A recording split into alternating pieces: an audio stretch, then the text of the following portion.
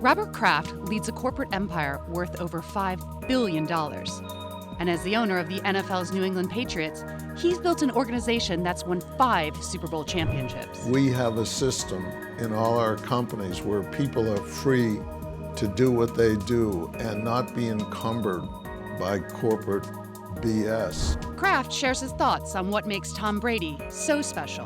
He is nicer than anyone. He's the most genuine, nice, hardworking person. On his tussle with the league over Deflategate. I don't hold grudges, but I also don't forget anything.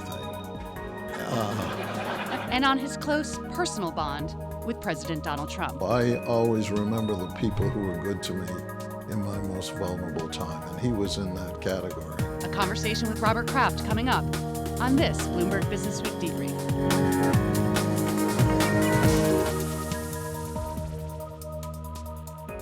I love business, and growing up in Brookline, Massachusetts, I always dreamt about going to Harvard Business School, and we came from a family of limited financial means, so I would go over there starting in high school and talk with the dean of the school and see what I had to do to be able to get admitted right out of college.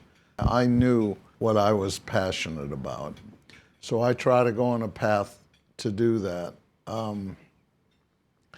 You know, any business we're in, we try to stress quality and how do we differentiate from the marketplace.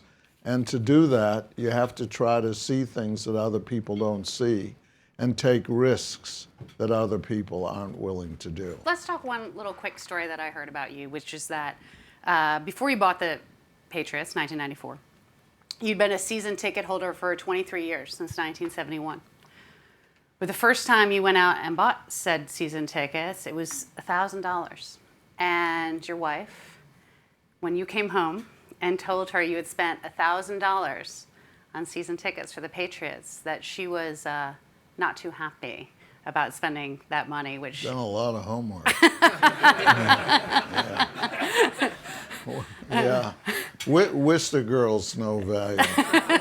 Well, we were a newlywed couple, and I was passionate about football. I loved it, and we had 4 young sons, and it was something that I loved to do with them. So flash forward to 1994, and the owner at the time, James Orthwein, he wants to move the team, and you already own the rights to the stadium, and you fly to St. Louis, and you say before you go, and this audience might not know this, but you said before you went, I have done my homework, you thought the team was worth $115 million. I was passionate about buying the Patriots, and you have a greater chance of being a starting quarterback in the NFL, because there are 32, than owning the team in your hometown. And so knowing that if I ever had a chance, I wanted to control the venue, I got an option in 1985, an option on the land, 300 acres of land for people who did the parking. It was owned by 12 different people, and I controlled that for 10 years. And then in 1988, as we discussed, yes, the Sullivan family that owned the team sponsored the Michael Jackson tour. The Victory Tour. The Victory Tour, and they lost a lot of money and loaded the old Foxborough Stadium up with debt, $48 million of debt on a stadium that cost $6 million. Long story short, I bought it out of bankruptcy, competing against the previous owner of the team, Victor Kayam, the guy who owned the shaving company. He bid $18 million, I bid $25 million, and got the stadium. So then I had an option on the land and the stadium. So we controlled all the revenue. Mr. Orthwein had tickets, I had everything else. And so they were going to move the team to St. Louis, but they had to get out of my lease. And they offered us $75 million to move the team. And I said no. So my sweetheart said to me, wait, you paid 25 for this old dump of a stadium. They're offering you 75. You take it. You know, you'll find another team. But I remember the Boston Braves, who was my love. That was my number one team, who moved from Boston when I was a young kid, and I remember how sad I was. So I said, you know, I'm going to go out to St. Louis tomorrow. I'm going to buy the team. And she said, what are you going to pay? And I said, well, the right number is 115, but I'll probably go to 120, 122. And I just want you to know. And do you guys know what he paid for the team in the end? 172. So, but highest price at the time for any franchise. I agreed to pay that 15 hours after I told her I was paying 115 to 120. This is 1994. She went bananas. It's the first time in our marriage that she questioned my wisdom. In the 5 years before you bought the team, it won. I had to write this one down. The Patriots won just 19 of 80 games. 19. 19 and 61, which Yeah, my wife reminded me. Exactly. That's why she started to go to games. And no playoff appearances in the 5 years. Year you bought the team, you qualified for the playoffs, first time in 8 years. Since then, obviously we all know, 5 Super Bowl championships, 15 division championships. But when I look at that turnaround, what do you credit for such an incredible reversal of fortune so quickly in terms of attitude, in terms of achievement, in terms of also, as you've said, just how you were adopted in Boston? We try to collect good people, encourage them to take risks and be bold. And if they've taken risks and it hasn't worked out right, but they've done what's in the best interest of their company or been very logical, we encourage them to do that, because most people are going to try to play safe all the time. And then, you know, you need your special people who are outside of the box, who do things differently, and sometimes whose personalities are quirky, but they have a special talent. The kind of business we're in is a business of egos, and a business that who gets the credit. And in any business, you know, division from within can become the biggest enemy. And I learned that in our paper and packaging company. As we're selling product throughout the world, we're competing against big companies, public companies who, you know, within their companies, one side doesn't want the other side to do well because they'll go get ahead of them in promotion and we always took advantage of those inefficiencies in the market to our benefit. Well, it's the same thing when you're running a football team. You know, you have personnel people, you have coaches. Very often the coach will say, well, the personnel people didn't get me the right people. And the personnel people will say, well, the coach didn't play the proper people at the proper time, or they don't have the right system. It's excuses always.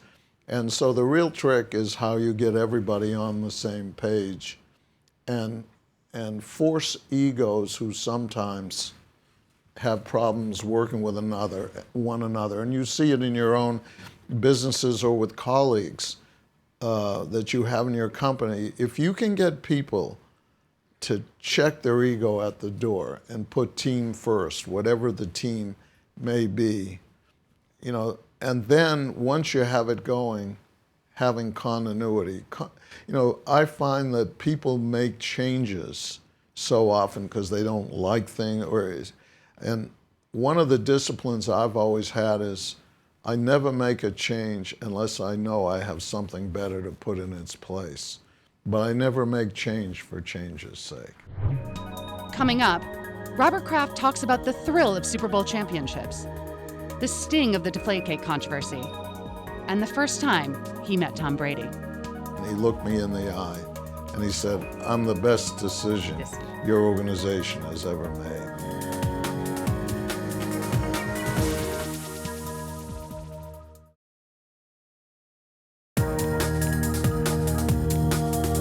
Head coach Bill Belichick and quarterback Tom Brady have led the New England Patriots to 5 Super Bowl championships in the last 16 seasons. I asked Robert Kraft about the decisions that brought them on board, starting with Belichick, who joined the team in 2000. Well, when I hired him, people told me I shouldn't. I mean, we had to build a stadium. We needed goodwill from the public. We needed people who interviewed well and were gracious. And people sent me tapes of him from Cleveland. And in his 5 years in Cleveland, he had a losing record 4 of the 5 years.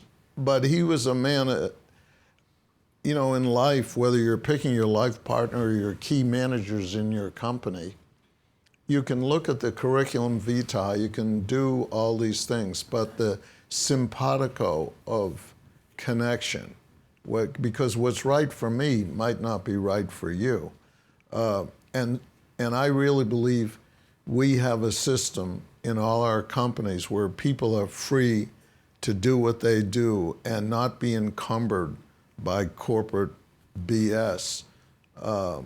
If they're really good and have substance, we create environments where people can flourish if they're good at what they do. And we're very lucky. I mean, his intellect and knowledge, and then also picking up a quarterback with the 199th pick. And just think about the draft which just occurred and what went on in these first few rounds. For those of you who are football fans, you see how people traded so much value just to get up and get a quarterback. And here was a guy who was the last pick in the 6th round. So all these gurus who we spend millions of dollars in scouting and everything. But in the end, when you're running your businesses, you need to look at the people who have heart and qualities that you can relate to that come together. How everybody missed him, it's really amazing. Of course, we're talking about Tom Brady and 199th pick, last pick in the 6th round. You recently told Andrea Kramer on HBO that when you picked him, he told you, "Thank you so much for picking me, and I'm the best investment this franchise has ever made." Well, and that's proven to be pretty true. The exact quote was, he had been drafted and he was coming down the steps of the old Foxborough Stadium, and he was a real beanpole, skinny. Pre-Giselle. Pre-Giselle. There's a lot pre-Giselle. He's carrying a pizza box under his arm, and he came over and said, "Mr. Kraft, I'm your 6th round draft." And I said, "I know who you are." And he looked me in the eye, and he said, "I'm the best decision your organization has ever made." That was 2000, the year 2000. He didn't play that year, and then he came in the 3rd game of the 2001 season. But the way he said it, I called my eldest son. I said, "You won't believe it. We had just given Drew Bledsoe a $100 million contract for 7 years, and we had 2 other. He was the 4th quarterback on our depth chart." What makes him? Your sons have described him in interviews as your 5th son. What makes him so special, not just as a player, but as a man? He is one of the special human beings. I don't know New York fans or NFL fans can hate him, which I understand. But as a human being, he is nicer than anyone. He's the most genuine, nice, hardworking person. When you get in the huddle and you got to lead guys from all different socioeconomic backgrounds and have their respect, you can't be a pretty boy married to Giselle. I mean, that's a negative, if anything. You know, when you guys won this year and you were in the celebration after, and you said that the fourth championship had been sweeter, but that the fifth was even sweeter because of the year. Unequivocally the sweetest. But tell me why, and is there any still a little bit of ill will there in terms of how Tom was treated with Deflategate? Have you forgiven for what happened with the league? Well, I don't hold grudges, but I also don't forget anything.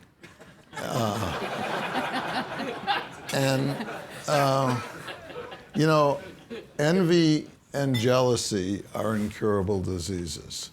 And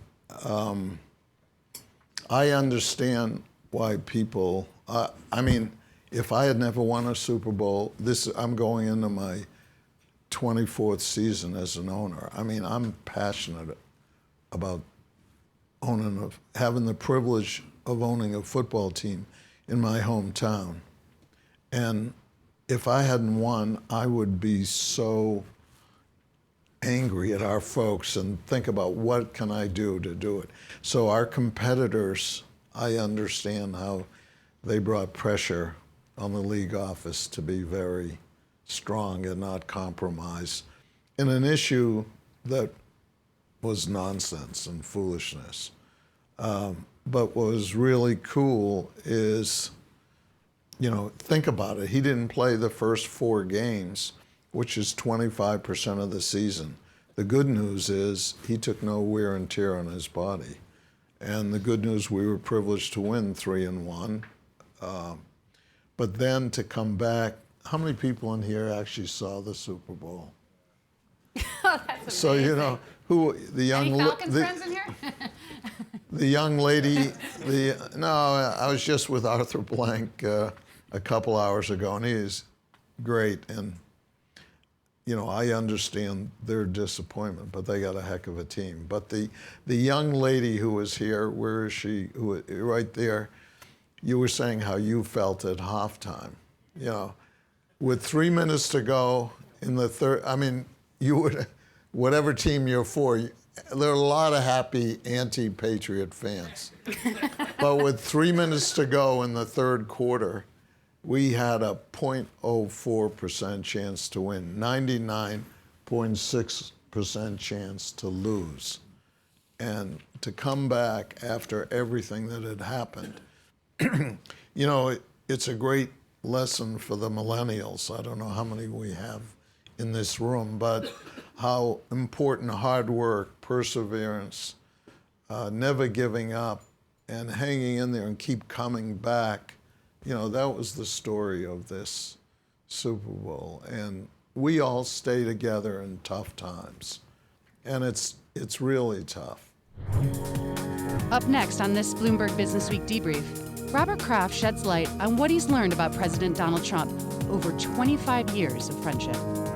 He does things or says things that sometimes, you know, he doesn't mean everything he says, but I'm privileged to know that.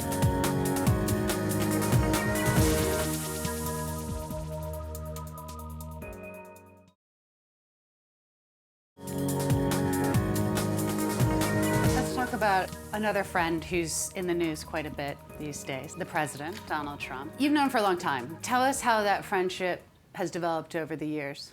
I've known the president for over 25 years. I never did any business. It was just a social relationship.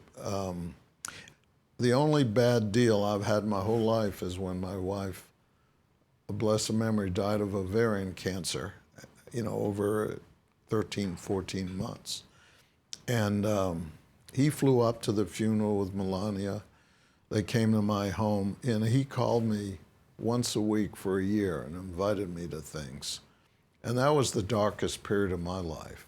And I'm a pretty strong person, but my kids thought I was gonna die. And there were 5 or 6 people who were great to me, and he was one of them. And loyalty and friendship trumps politics for me. And if I've had any modicum of success, it's because I've had good relationships and people trusted me. And so I always remember the people who were good to me in my most vulnerable time, and he was in that category.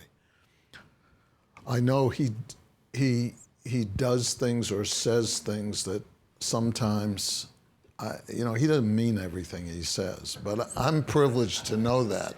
But people who don't know him maybe don't see the better side. But I'll tell you one thing, he's very hardworking, and I really believe that he wants to make this country better. And he's grown in the job. I've seen it too, because, for me, it's like having a high school buddy or fraternity brother become president of the state. It's weird in a way, but it's cool, and I want to do anything I can to help him help this country. And I really, I don't believe that he is portrayed properly, and so a lot of people don't see him the right way. And part of it is self-inflicted with the things some of the style he uses. But I really hope that things will be much better 3 to 6 months from now. You're, in many ways, the very embodiment of the American dream. Oh. But what do you say to the people out there, and picking up on what helped elect him, to people who feel so cut off from that, so disenfranchised, so disempowered, left out, left behind? How do we begin healing that divide? Well, it's sort of like building a team or building a business. I mean, you get people together of different backgrounds and ways of thinking and mold them with their strength. I'm really disheartened by seeing the partisanship that doesn't open a door to put America first rather than our parochial, because we're really competing against the rest of the world. America's a team competing globally, and we can't have that division from within, and we have it. And never in my lifetime have I seen the divide as great as it is now. And I think all of us in this room, and those of us who are privileged to be in a position of influence, have to do the best we can to build bridges. Actually, sports teams and music are the things that create a sense of community in today's world more than anything. And after we were privileged to win the Super Bowl, Boston's a city of 600,000 people, and 36 hours after we won, in the rain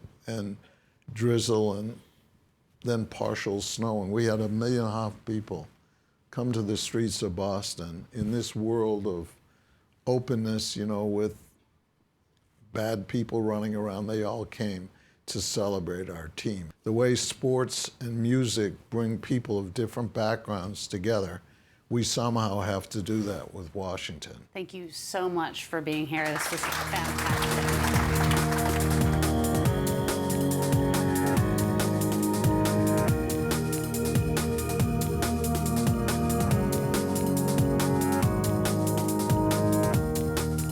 Get the edge you need to stay ahead. Subscribe to Bloomberg Businessweek and receive 4 bonus issues free. Bloomberg Businessweek delivers in-depth reporting and provocative perspectives that take you inside the news each week. Bloomberg's 2,400 journalists worldwide dig deep for stories and insight you can't find anywhere else. Take advantage of this special offer. Order now to get 4 free bonus issues of the only business magazine powered by Bloomberg. Go to businessweekmag.com/TV offer.